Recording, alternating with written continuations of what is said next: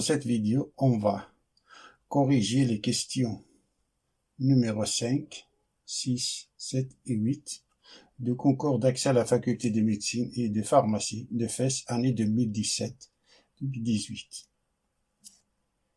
Question numéro 5 nous dit la limite à droite en 0 de la fonction f de x qui est égale e à la puissance logarithme népérien de x divisé par exponentielle de x moins le logarithme népérien de x divisé par exponentielle de x est.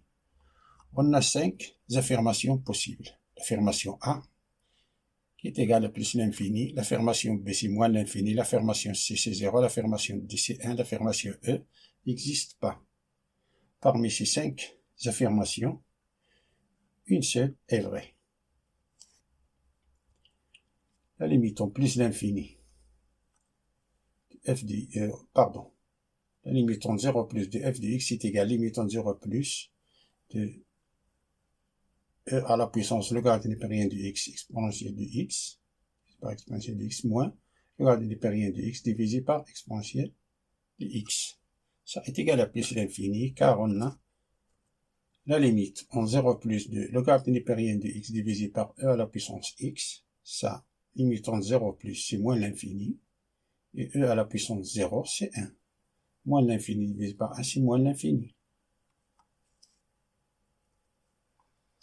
Et e à la puissance moins l'infini, à la puissance moins l'infini, c'est 1 sur e à la puissance plus l'infini qui est égal à 1 sur plus l'infini qui est égal à 0. Alors ça c'est 0. Et ça c'est moins l'infini. Moins 1 fois moins l'infini, c'est plus l'infini. C'est-à-dire la bonne réponse c'est A. Passons à la question suivante. Qui nous dit une urne contient 5 boules blanches et 4 boules vertes. Les boules sont indiscernables au toucher. On tire au hasard successivement 3 boules de l'urne. Si la boule tirée est verte, on la remet dans l'urne. Si elle est blanche, on ne la remet pas dans l'urne. La probabilité de la première boule est blanche et les deux autres vertes est, on a 5 affirmations. L'affirmation A c'est 4 sur 36, l'affirmation B c'est 5 sur 36, l'affirmation C c'est 1 neuvième, l'affirmation D c'est 4 divisé par 9 à la puissance 3, l'affirmation E c'est 0. Parmi les 5 affirmations, une seule est juste.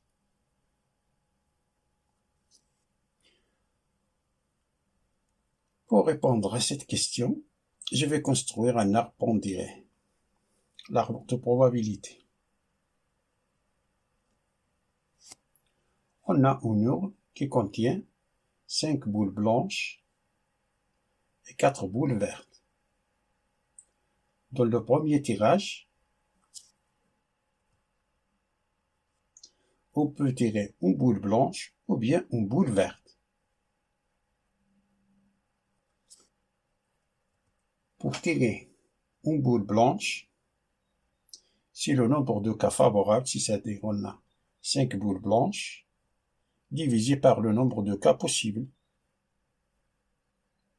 Le nombre de cas possibles, c'est le nombre total des boules. Le nombre total des boules dans l'urne, c'est 9. C'est-à-dire la probabilité de tirer une boule blanche, c'est de 5 neuvièmes.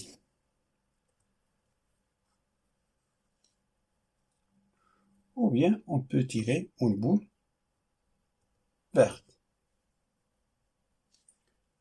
Pour tirer une boule verte, c'est le nombre de cas favorables, c'est-à-dire 4 boules vertes, cas favorables, divisé par le nombre de cas possibles. Si on a le cas possible, on a 9 boules. C'est-à-dire la probabilité de tirer une boule verte, c'est de 4 divisé par 9.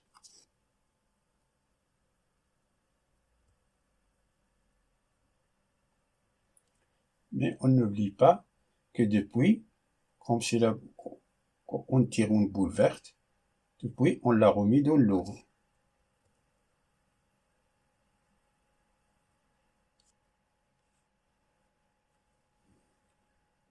Alors, au premier niveau de l'arbre, c'est le premier niveau, si on est dans ce cas-là,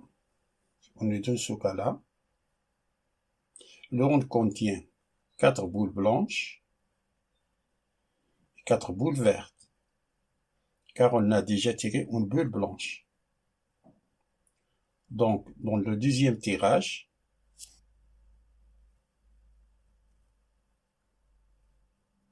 on peut tirer une boule blanche ou bien une boule verte.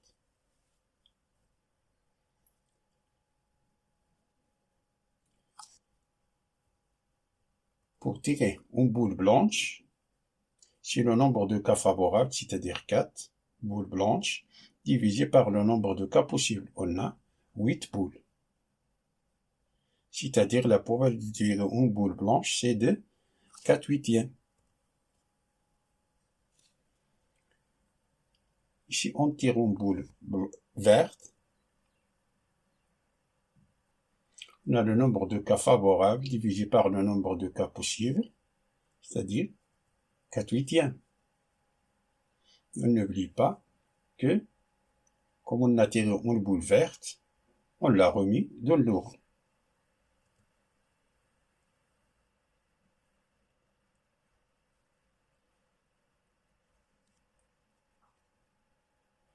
Si on est dans ce cas-là, l'urne contient 5 boules blanches et 4 boules vertes. Donc, dans le deuxième tirage, on peut tirer une boule blanche ou bien une boule verte. Si on tire une boule blanche, c'est le nombre de cas favorables divisé par le nombre de cas possibles, c'est-à-dire 5 divisé par 9. On a 9 boules dans le dos. 9e. Si on tire une boule verte, c'est le nombre de cas possibles, nombre de cas favorables, c'est-à-dire on a 4, divisé par le nombre de cas possibles, c'est 9. C'est 4 neuvièmes. On n'oublie pas, comme on a tiré une boule verte, alors on l'a remis dans l'urne.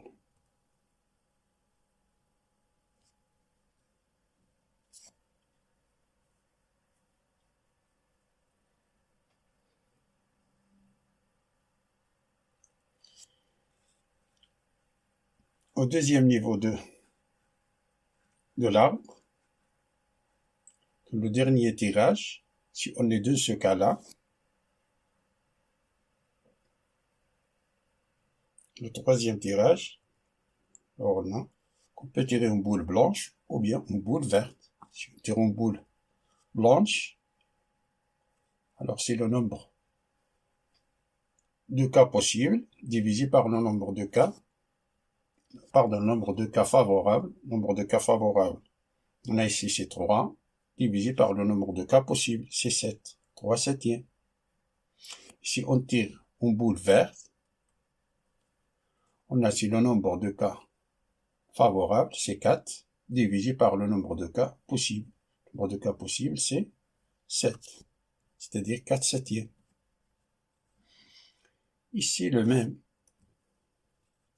Et ici, si on tire une boule blanche, alors on a, c'est le nombre de cas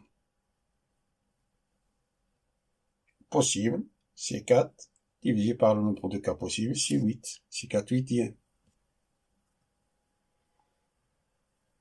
Si on tire une boule verte, c'est le nombre de cas favorables, on a 4 boules vertes, divisé par le nombre de cas possibles, on a 8 boules, c'est 4 huitièmes. Et dans ce cas-là, on a dans l'urne les mêmes boules, 4 boules blanches, 4 boules vertes, alors on a, ça c'est le même, c'est exactement le même. C'est 4 huitièmes, vert, c'est 4 huitièmes. Et dans le dernier cas, si on est dans ce cas-là, si on tire une boule blanche, on a ces cas favorables, c'est 5, cas possible, c'est 9 boules. Si on tire une boule verte, on a le cas favorable, c'est 4, divisé par le nombre de cas possibles, c'est 9.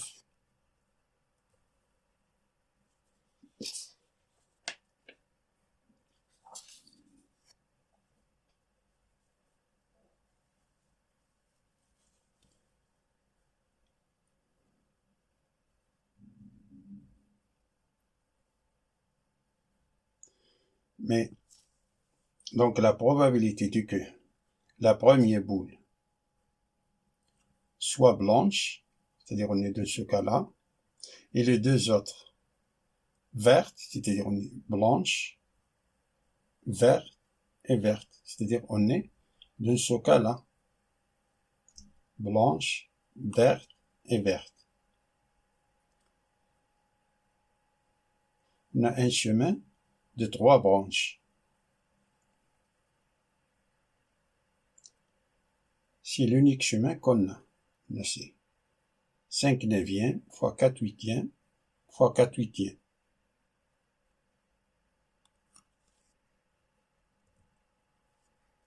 Et la probabilité du tirer une boule blanche et les deux autres depuis 2 vertes est égale 5 neuvièmes fois 4 huitièmes fois 4 huitièmes. 4 huitièmes c'est 1 demi, ça c'est 1 demi. C'est-à-dire 5 fois 1 fois 1 c'est 5. Et 9 fois 2 fois 2, c'est 9 fois 4, c'est 36, c'est-à-dire 5 sur 36.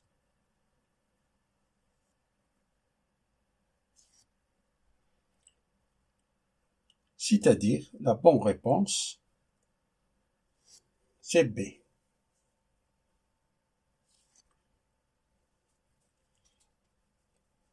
Passons à la question suivante, qui nous dit la limite L à droite en 0 de la fonction x tend vers l'intégrale entre x et 1 plus 1 sur t, e à la puissance moins 1 sur t, d de t, et on a 5 affirmations. L'affirmation A, c'est plus l'infini. L'affirmation B, c'est moins l'infini. L'affirmation C, c'est e à la puissance moins 1. L'affirmation D, c'est 1. L'affirmation E n'existe pas.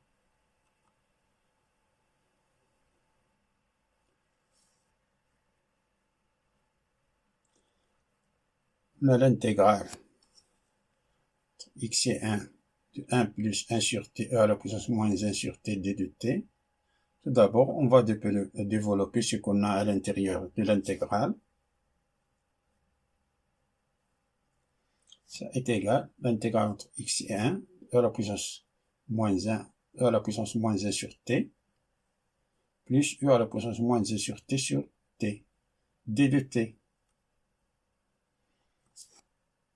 Ça est égal à l'intégrale x et 1 de e à la puissance moins 1 sur t, d de t, plus l'intégrale entre x et 1 de e à la puissance moins 1 sur t, divisé par t, d de t. Cette intégrale qu'on va noter par grand I. On commence pour calculer cette intégrale-là. L'intégrale entre x et 1 de e à la puissance moins 1 sur t, d de t.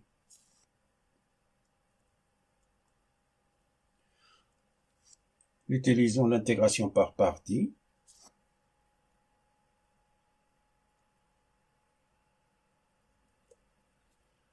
On prend e est égal à e à la puissance moins 1 sur t, implique d de e est égal à e à la puissance moins 1 sur t, fois la dérivée de moins 1 sur t. La dérivée de moins 1 sur t, c'est 1 sur t au carré. La dérivée de 1 sur t, c'est moins 1 sur t au carré. Comme on a ici moins 1, on a ici moins, alors moins fois moins, c'est plus, c'est-à-dire 1 sur t au carré d de t. Et d de v, c'est 1. d de t implique que v est égal à t.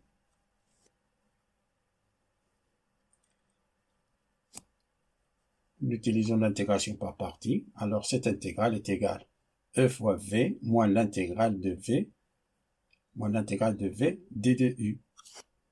Ça est égal entre crochet entre x et 1 de t de e à la puissance moins 1 sur t moins l'intégrale entre x et 1 de e à la puissance moins 1 sur t fois 1 sur t au carré fois t fois d de t. Ça est égal, on remplace t par 1, c'est e à la puissance moins 1, moins, lorsqu'on remplace x par t par x, on a c'est moins x, e à la puissance moins 1 sur x, moins l'intégrale entre x et 1 de e à la puissance moins 1 sur t, divisé par t. On a 1 sur t au carré fois t, c'est 1 sur t, d de t. Cette intégrale-là, on remarque, ce n'est que la deuxième intégrale de grand I.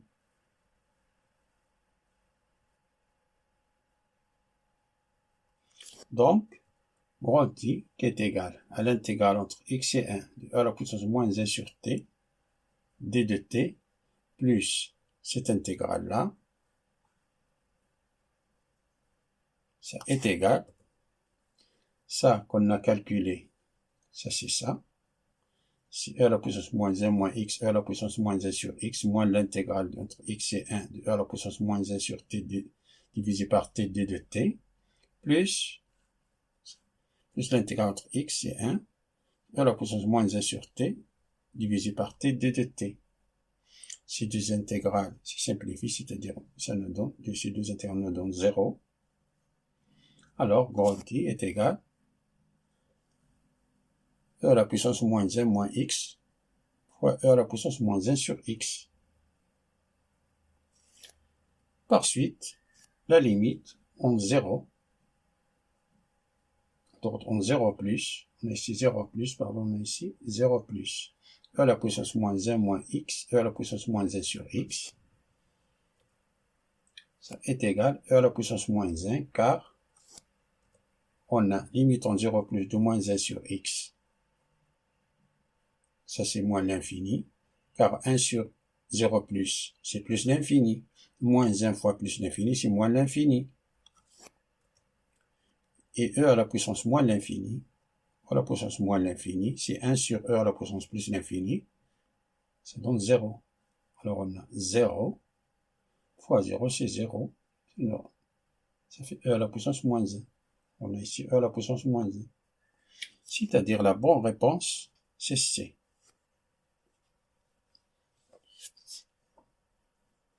Passons à la question numéro 8.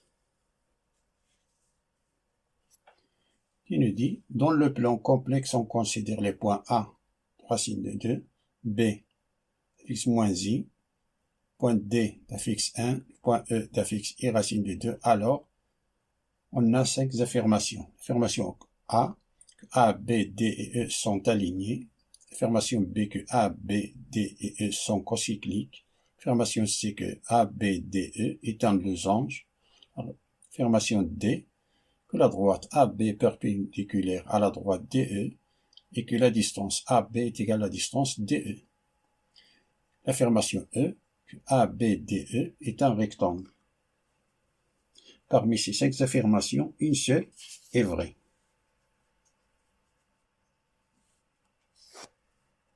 On a A d'affixe racine de 2, ça implique qu'on a ZA, c'est racine de 2 plus 0i. Alors, les coordonnées de point A sont racine de 2, 0. Et B d'affixe moins i, alors ça c'est 0 moins i. Alors le point B a pour coordonnée 0 moins i. Le point D, coordonnée d'affixe 1, alors ça c'est 1 plus 0i. Alors le point D a pour coordonnée 1, 0. Le point E, affixe i racine de 2, ça c'est 0 plus i racine de 2. Alors E pour coordonnée 0 racine de 2. Si on représente graphiquement ces points, on a, dans l'axe des, c'est l'axe des réels et l'axe des imaginaires, le point A c'est racine de 2, 0, c'est-à-dire racine de 2, 0. Le point B, c'est 0 moins 1. Le point D c'est 1, 0. Le point E, c'est racine de 2. C'est 0 racine de 2. Donc on peut dire que les affirmations A, B, C et E sont fausses, car ces 4 points ne sont pas alignés, ne sont pas cocycliques, car on ne peut pas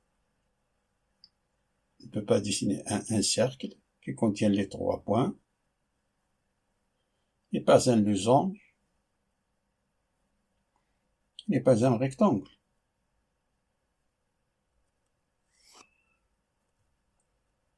Donc on peut déduire que les affirmations A, B, C et E sont fausses.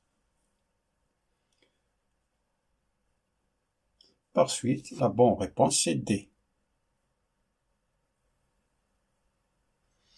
De toute manière, on va démontrer que l'affirmation D est vraiment la bonne réponse. On a A de coordonnées racine de 2, 0, B de 0, moins 1, D de coordonnées 1, 0 et E de 0, racine de 2. On a le vecteur AB, c'est B moins 1, c'est 0 moins racine de 2, moins 1, et DE, c'est moins 1 et racine de 2. Deux droites sont perpendiculaires, c'est-à-dire que leurs vecteurs directeurs sont perpendiculaires. Alors, les droites sont perpendiculaires, ça veut dire que le vecteur directeur de la droite AB, c'est-à-dire le vecteur AB, est perpendiculaire au vecteur directeur de la droite DE, c'est-à-dire le vecteur DE. S'ils sont perpendiculaires, ça veut dire que leur produit scalaire est égal à 0. Alors vérifions ça. Alors on a produit scalaire des deux vecteurs, ça c'est moins racine de 2 moins 1, moins 1 racine de 2, ça c'est moins racine de 2 fois moins 1, c'est racine de 2. Et moins 1 fois racine de 2, c'est moins racine de 2. Racine de 2 moins racine de 2, c'est 0. Alors, ça est vérifié. Alors on peut dire, donc, le vecteur AB est perpendiculaire au vecteur DE, par suite, les deux droites sont perpendiculaires. Je dis encore que la distance AB est égale à la distance DE. Ce qui veut dire que le module du vecteur AB est égal au module du vecteur DE. Le module du vecteur AB, c'est le module de moins racine de 2 moins 1. Ça, c'est moins racine de 2 au carré plus moins 1 au carré. Ça, c'est racine de 3. Le module du vecteur DE, c'est le module au moins 1 racine de 2. Ça est égal à moins 1 au carré plus racine de 2 au carré, qui est égal à racine de 3.